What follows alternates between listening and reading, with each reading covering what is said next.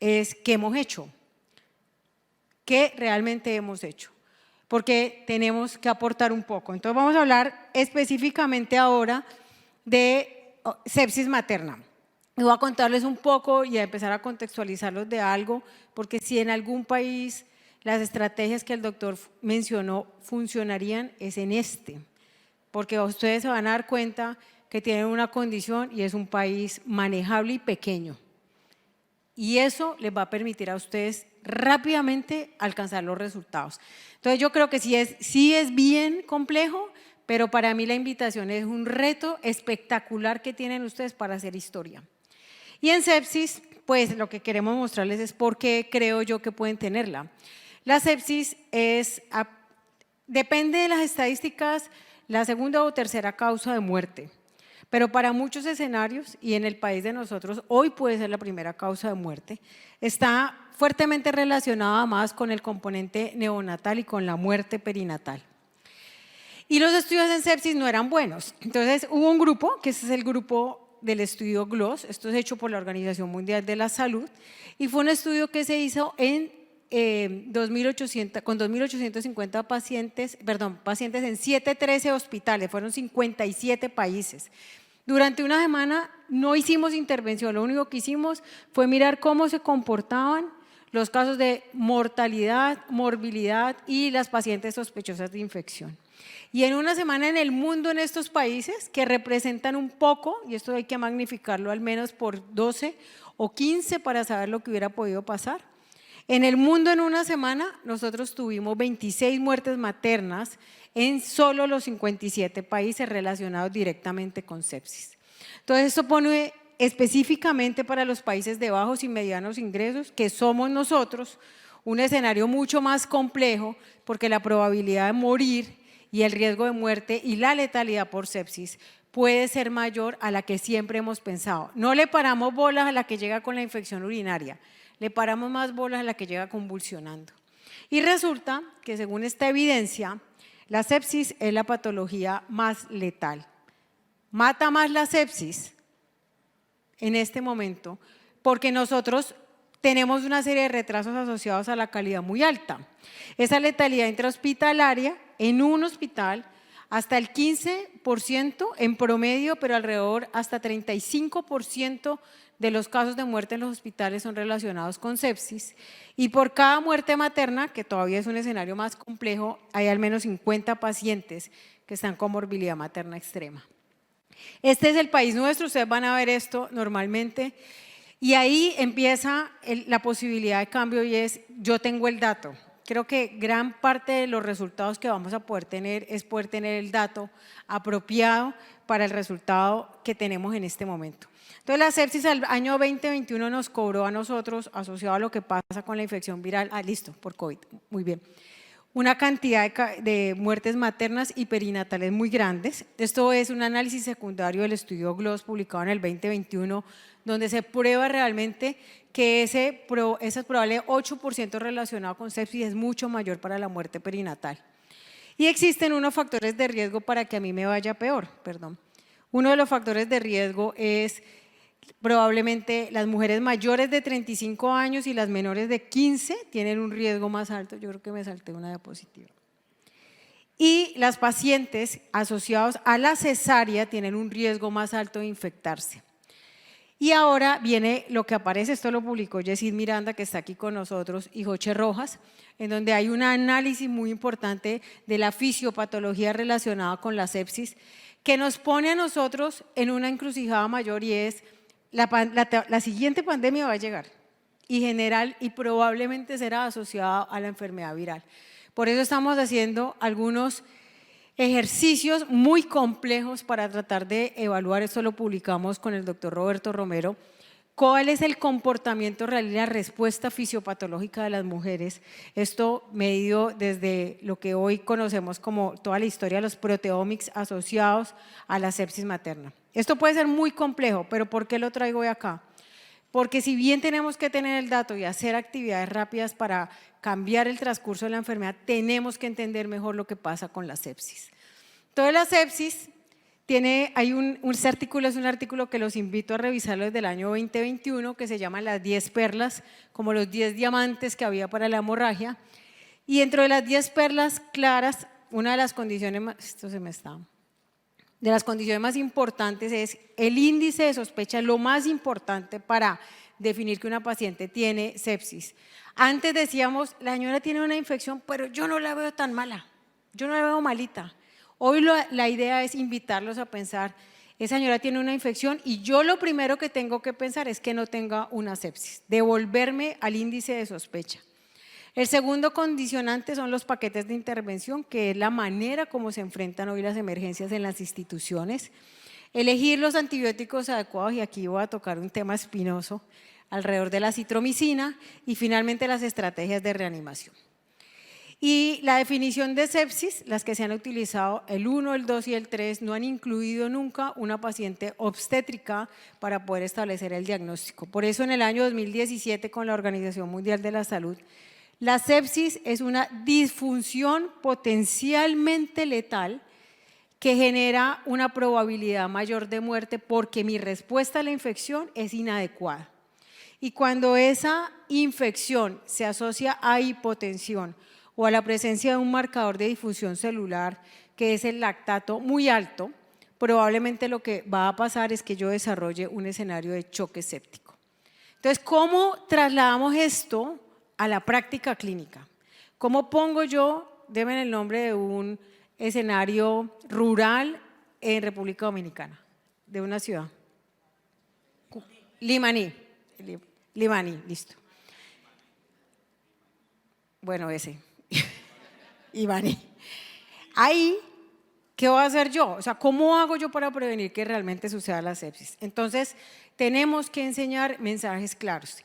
Y para enseñar mensajes claros, que todo mundo sea capaz de identificar, la enfermera, el médico general y el obstetra, existe algo que se llaman los sistemas de alerta temprana modificados en obstetricia. ¿Y eso de dónde sale? Resulta que solamente en el año 1990 aparece una publicación en el CHEST muy importante en donde se evidenció que todos los pacientes que fallecían en los hospitales avisaban que iban a morir. Y avisaban diciendo, hey, yo estoy respirando más rápido y lo otro que está pasando es que se me está alterando el estado de conciencia. Y cuando usted se da cuenta que la mayoría de los pacientes, como decimos nosotros, cantan o pitan antes de que se van a morir, el problema es que nos pitan en la cara y nosotros no sabemos. Y si yo les preguntara a ustedes cuánto es la frecuencia respiratoria de las mujeres que tienen embarazadas, les aseguro que es 16, 18 en todas las historias clínicas que están, ¿sí o no? Yo estaba hospitalizada cuando estaba embarazada y sabía que no me tomaban la frecuencia respiratoria, y como yo soy una enferma mental, iba a ir, me la revisaba y siempre respiré a 16, 18 y mi frecuencia respiratoria es de 14. Porque la frecuencia respiratoria normal de los humanos es de 12, no de 16, 18. Entonces, si un signo vital, que es una alerta de que me estoy poniendo enferma, que le avisa a la mayoría de los pacientes que fallecen que cuando usted respira más rápido, usted está muy grave. Entonces, nos estamos devolviendo a la clave, que es por identificar rápidamente estas pacientes. Y en el estudio GLOS, en el que hicimos en una semana, que nos llevaron y nos educaron para tomar estos signos vitales, aproximadamente el 25% de las pacientes no tenían la medición de los signos vitales básicos. Si eso lo trasladamos a lo que pasa en Jimaní, le aseguro que allá todo el mundo respira 16 y 18, ¿cierto? Entonces, los signos vitales y la toma de los signos vitales, ¿que quién la hace? Las enfermeras, las auxiliares. Ustedes no toman los signos vitales. Entonces, cuando usted va a pensar en cambiar el pronóstico del país, lo primero que tiene que hacer es incluir en estos escenarios a las enfermeras y a las auxiliares y empezar a educar en Jimaní cómo hacemos para que ellos puedan identificar esto. En sepsis hay 3 sistemas de alerta temprana y una cosa que nosotros, los que somos más antiguos, hemos utilizado siempre, que se llama el llenado capilar. Entonces, el Quick SOFA es una propuesta del Sepsis 3, la propuesta. Y miren aquí lo bonito que es esta gráfica, que es un sofá, ¿cierto? Porque eso lo estamos trasladando al escenario latino. Si yo tengo un sofá y tiene 3 puestos, pues la alteración del estado de conciencia, la disminución de la presión arterial sistólica o el aumento de la frecuencia respiratoria en un paciente con sepsis le está diciendo pilas en Jimaní, la embarazada con eso tiene riesgo de estar séptica. ¿Dónde tiene que estar esa paciente? ¿En Jimaní, en Punta Cana o en Santo Domingo? Santo Domingo. Entonces, lo primero que me establecen estos sistemas de alerta temprana es dónde debo yo ubicar. Para efectos del Quick SOFA, 2 de esos criterios hacen que deba ser trasladada. En otros escenarios, y nosotros hacemos una propuesta muy fuerte para el uso de sistemas de alerta temprana modificados, que es el MEUS o el MIAUS, depende como usted lo quiera decir, donde son códigos de colores que establecen puntajes. Esto ha sido validado en el escenario latinoamericano, esto también es del grupo de YESID y en Cartagena, donde se evidenció cómo los puntajes por encima de 6 aumentan la mortalidad en pacientes que están sometidos a riesgos de emergencias obstétricas. Nosotros lo hemos utilizado para que yo le pueda decir, y cuando este puntaje, ese sistema de alerta temprana es mayor a 6, en Jimaní yo le digo al médico, hágale esto y mándemela. Porque si la deja usted ya, esa paciente va a fallecer. Si usted está en su hospital en Santo Domingo y la paciente tiene un sistema de alerta temprano modificado alterado, esa paciente tiene que verla un materno fetal o alguien de cuidado intensivo porque esa paciente tiene riesgo de fallecer. Entonces, lo que hacen los sistemas, que además hay uno que es el SOS, y lo traje porque la vez pasada me lo preguntaron, se correlacionan muy bien para predecir el ingreso a las unidades de cuidado intensivo. Y esto, que es el famoso sistema de respuesta inflamatoria sistémica, que se ha conocido tanto, pero los valores, y a este sí le pueden tomar la foto, han sido modificados de la propuesta de un grupo muy importante, que es el grupo del doctor Elliot Main en el grupo de California. Este grupo colaborativo ha hecho una propuesta. Si yo tengo 2 de todas estas 4 condiciones alteradas, en sospecha de una infección, ojo que estoy muy grave porque estoy respondiendo sistémicamente a la infección. Entonces, ¿cuál quiere utilizar usted en Jimaní o en Santo Domingo? El Quick SOFA, que es muy fácil, el sistema de alerta temprano que requiere un proceso educativo, o usted utiliza estos valores. Con cualquiera de esos valores, yo debería tener una prueba confirmatoria. Yo no sé si ustedes, sus cirujanos, les enseñaron que cuando las rodillas de los pacientes están frías, los pacientes están muy malos y se pueden fallecer. ¿No? ¿A ninguno le tocó eso? Bueno, los antiguos cirujanos siempre le decían a uno eso. Lo mismo que el llenado capilar. Si el llenado está prolongado, usted está enfermo.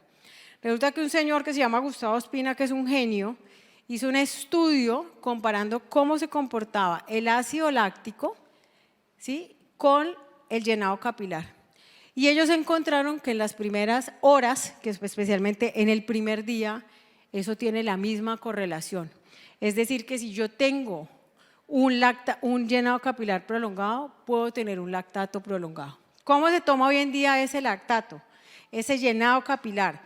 Yo le pongo una laminilla, lo aprieto al menos durante 10 segundos de manera sostenida y después de eso, y esto es especialmente para pacientes de raza negra, que es difícil de evaluar la perfusión, usted define si eso le sirve o no le sirve. Esa señora tiene un llenado capilar de 5 segundos con una infección urinaria. ¿Está enferma? ¿Sí o no? ¿A dónde la traslado? Al hospital de mayor complejidad. Y si yo tengo esto claro, ¿qué voy a hacer cuando llegue al mejor hospital de Santo Domingo? Que no les voy a preguntar cuál es, ustedes me lo van a decir luego. Yo allí le voy a tomar a esa paciente unos gases arteriales, unas pruebas de plaquetas, unas bilirrubinas, le voy a mirar cómo se comporta la presión arterial media, voy a ver cómo está el Glasgow y le tomo una creatinina. Y con esos valores me voy a esta tabla. Y si yo tengo 2 puntos, es decir, si yo tengo unas plaquetas menores en 100.000, con un embarazo de 28 semanas, con una infección urinaria, con sospecha de una infección activa y respuesta sistémica, esa paciente tiene sepsis. Entonces, ¿yo en Jimaní puedo tomar todos esos exámenes? No, es un nivel primario. ¿Dónde la tengo que tener a esa señora? Santo Domingo. lo cual implica que ustedes van a tener que tener centros de excelencia para poder colectar a estas pacientes y que hay que manejar el sistema en medio de una red. Condiciones especiales del SOFA en el embarazo, que muchas pacientes están con tensiones arteriales bajas o sistólicas bajas y no están enfermas, que una creatinina 1,2 que para el SOFA en adultos no es tan grave, para nosotros es muy grave, y que el lactato tiene que ser evaluado de acuerdo al momento en el que se toma, porque un lactato puede estar elevado en una paciente que ha hecho un trabajo de parto normal. Nosotros hicimos una evaluación en pacientes que ya teníamos diagnosticadas con sepsis y esta es una de las razones por las cuales en Colombia nosotros siempre hemos pensado que no hay una sola manera de sospecharlo, que no podemos solo pensar en el quick SOFA o en la respuesta sistémica o en el llenado, que cualquiera de esas variables puede servirnos, porque se me pasó. Resulta que el SOFA, es muy bueno, es muy preciso, pero no en todas partes se puede hacer todos los exámenes.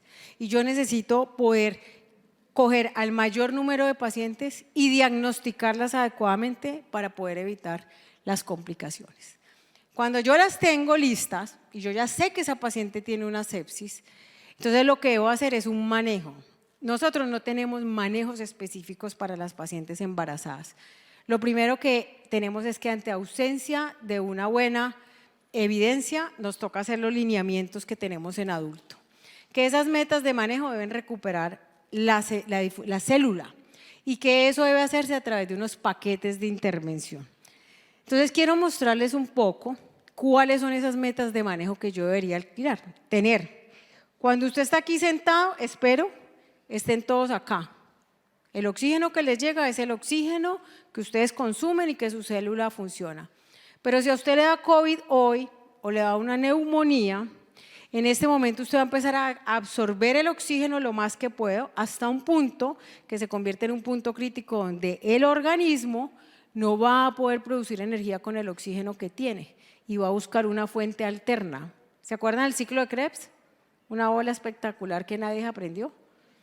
Esa ola espectacular lo que está diciendo es, no produzco energía por la vía normal porque me falta oxígeno y lo que hago es poder generar a través de una vía. El lactato elevado lo que te está diciendo es, aquí estás en un momento crítico y en esos momentos yo necesito darle la capacidad a la célula de perfundirse adecuadamente.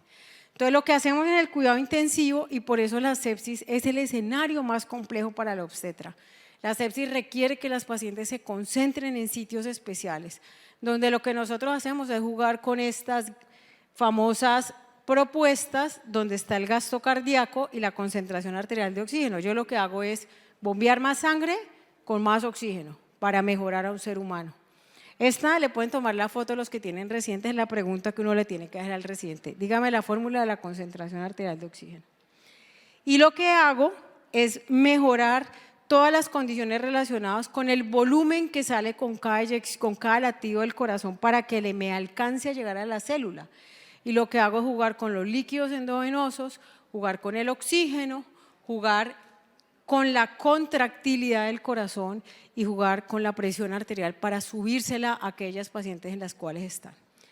Esto no lo hace Yesid solo, no lo hace el doctor solo, no lo hacemos nosotros los ginecólogos intensivistas solo, lo hace un equipo, ¿sí? Lo hace un equipo que tiene que jugar con ese movimiento cardiovascular, con los sistemas que están disfuncionantes en caso de que requiera una ventilación mecánica y con el manejo antibiótico que sea el que necesita.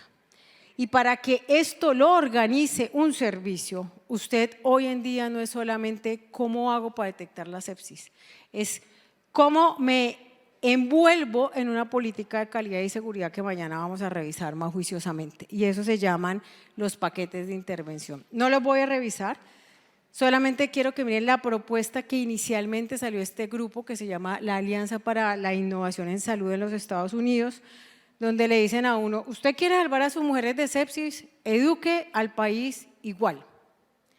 Póngale a todo el mundo las condiciones para prevenir y diagnosticar. Organice unos protocolos estandarizados de país. Eso es lo que nosotros hemos hecho con el liderazgo de la FECOLSOC el Ministerio de Salud y una alianza grande en donde todos nos sentamos como 25 a darnos una pela académica, decir, para el país vamos a poner los antibióticos así. Y eso es lo que yo, María Fernanda Escobar, creo que más necesita República Dominicana. Todo este conocimiento que ustedes ya tienen, aplicárselo a todo el mundo por igual. Entonces lo que hacemos es colocar, por eso ustedes ven estos logos que dicen Hospital Padrino y Prácticas Claves que salvan vidas, y donde lo que hacemos es un reporte adecuado de unos indicadores de seguimiento de este programa. Y le enseñamos a la gente a hacer en la primera hora estas 5 cosas que son las claves para cambiarle la historia a los pacientes. Y se las enseñamos con el mapa mental compartido más importante que tenemos todos, el ABCD. Entonces, en Jimaní, no he podido, en Jimaní y en Santo Domingo, en su mejor clínica de Santo Domingo, todo el mundo debería hacer lo mismo. Debería colocar oxígeno para arrancar ese proceso de recuperación de la disfunción celular. Debería colocar 2 accesos venosos en el mismo brazo. Esto parece una cosa muy simple, pero hay que las enfermeras, todo el mundo utilice el mismo brazo. Eso crucificamos a todo el mundo por igual. Y tratamos de generar una política para que ese aporte de volumen de líquido, que es la fase inicial del proceso, se haga. Esto no lo enseñamos así, lo enseñamos de una manera más fácil. Lo que sí enseñamos y lo que sí hicimos nosotros es revisar cuánto líquido vamos a colocar y basado en estos protocolos internacionales le decimos a la gente, en Jimaní, la paciente si está hipotensa le vas a arrancar a 20 a 30 cc por kilo por hora. Y después de eso le decimos, se lo vas a poner con solución salina y con cristaloides. Si la paciente está hipotensa, usted le puede poner un bolo de albúmina. Y debería estar en un centro donde yo sepa que ese líquido que le estoy poniendo sí le sirva. Hay un señor que se llama el doctor Monel, doctor Monel y el doctor Teúl, que son en este momento los genios del cuidado intensivo en el mundo, donde dicen que si a mí me ponen líquido, yo debería estar viendo cómo responde el corazón, cómo responde el gasto cardíaco a eso.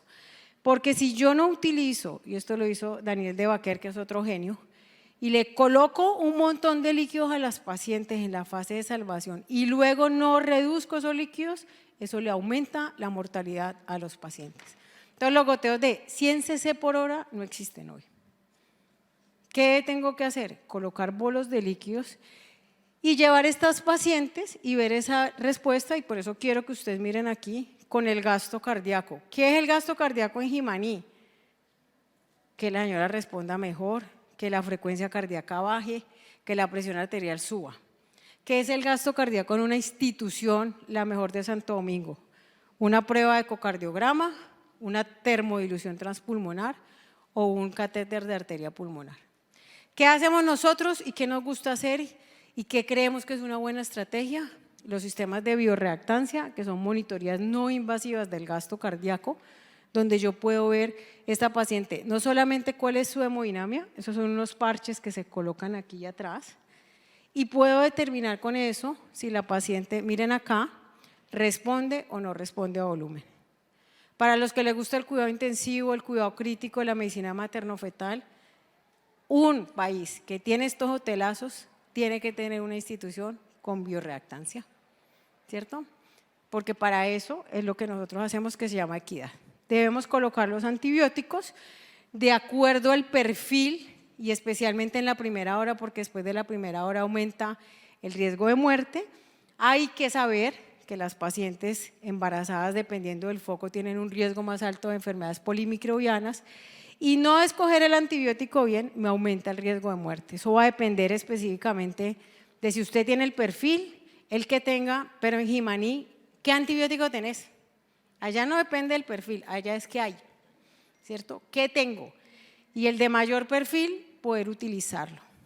Y esa terapia hay que evaluarla, como yo la voy a transferir a Santo Domingo, todos los días tengo que pensar si eso que le estoy colocando sirve o no sirve. Y esta foto, que sale publicada en el año 2021, pretende recoger una cosa, y es que si yo me paso de 1 hora, vuelvo y les digo, le voy a aumentar la muerte. Y traje esto a propósito, porque creo que esta es una revisión que nos tenemos que dar. Ayer nos decía una de las personas que trabaja en el ministerio, estamos revisando 3 muertes maternas por semana relacionadas con el parto. ¿Les vamos a poner acitromicina o no? Y esto es una propuesta que sale publicada este año en marzo, que es un estudio que se llama, ay, se me acaba de olvidar el nombre, bueno, es el uso de acitromicina para la prevención de la muerte por sepsis, así lo pusieron, en pacientes en trabajo de parto espontáneo. Y lo que hacen es que además, a un paciente en trabajo de parto le clavan y le daban 2 gramos de acitromicina tomadas. Y lo que ellos encontraron, y es que el problema es que el tamaño de la muestra es muy alto. Si usted mira esto, usted dice, no, pues ¿cómo le vamos a poner acitromicina a todo el mundo? Pero es que fueron 29.000 pacientes. Metodológicamente nosotros hicimos una prueba para revisarlo, porque el infectólogo nos dijo entonces que acitromicina o no. Y esta es una decisión de país que hay que tomar. Yo creo que la FLASOG y tanto la nacional podríamos hacerlo. Ya para terminar, esto se monitoriza en las instituciones de alto riesgo a través de cómo el lactato baja y se depura y se evalúa de acuerdo a las condiciones específicas que no esté relacionado con el trabajo de parto. Yo a esta paciente debo subirle la presión arterial rápidamente con el uso de vasopresores, que es la norepinefrina. Y aquí la pregunta es, ¿le pongo la norepinefrina por una vena o le tengo que poner un catéter? Y hoy en día la evidencia dice, perdón, me quiero volver acá, que esto, poner la norepinefrina temprana en sepsis, disminuye la probabilidad de muerte. Y en estas condiciones, póngasela por una vena periférica, porque el riesgo de complicaciones es muy bajito si se utiliza adecuadamente.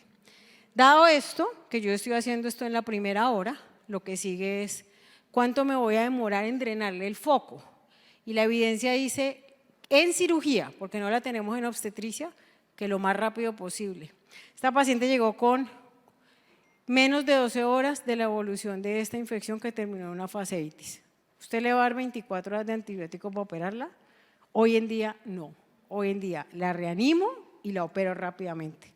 Especialmente a las pacientes con los abortos que las vamos dejando ahí, ¿cierto? Enfriando, eso ya no existe. El enfriar ya no existe. Ya enfrió. Y si yo tengo una paciente séptica en embarazo, tengo que saber que operarla no es la solución a la sepsis, que aumenta el riesgo de que termine en una cirugía, es verdad, pero que la reanimación de la paciente en el embarazo es la clave para que ella pueda tener un mejor pronóstico en el embarazo. Creo que se me acabó el tiempo. Vengan, 2 minutos o se acabó. 2 minutos. Pues a mí me quedan 4. ¿Qué hago yo? Y no me quiero ir sin mostrarles esto. Y la idea es, ¿qué hacemos nosotros en Colombia cuando el problema es que hay ciudades maravillosas como Cartagena y tenemos África subsahariana a 45 minutos? Estos son los territorios en los cuales vive gente que no se puede trasladar. Vive gente que requiere la misma equidad en salud que la que nosotros estamos viendo. Esto es lo que FECOLSOC y el ministerio ha pensado. ¿Qué vamos a hacer con estas personas? Y lo que hemos propuesto y los resultados de esta estrategia se los voy a mostrar, espero, el día de mañana y en sepsis y en hemorragia cuando lo veamos.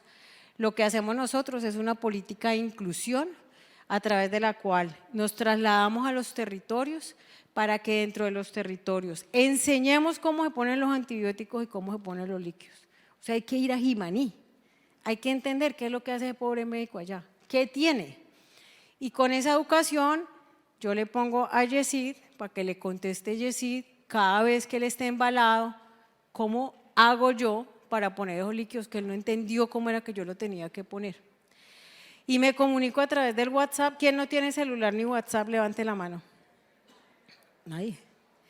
Y a través de eso hemos logrado reducir la mortalidad materna, la mortalidad perinatal, en escenarios específicamente en este departamento. Aquí le quiero decir una cosa, doctor Ortiz, esto se reduce con al menos 4 pasadas, no con una.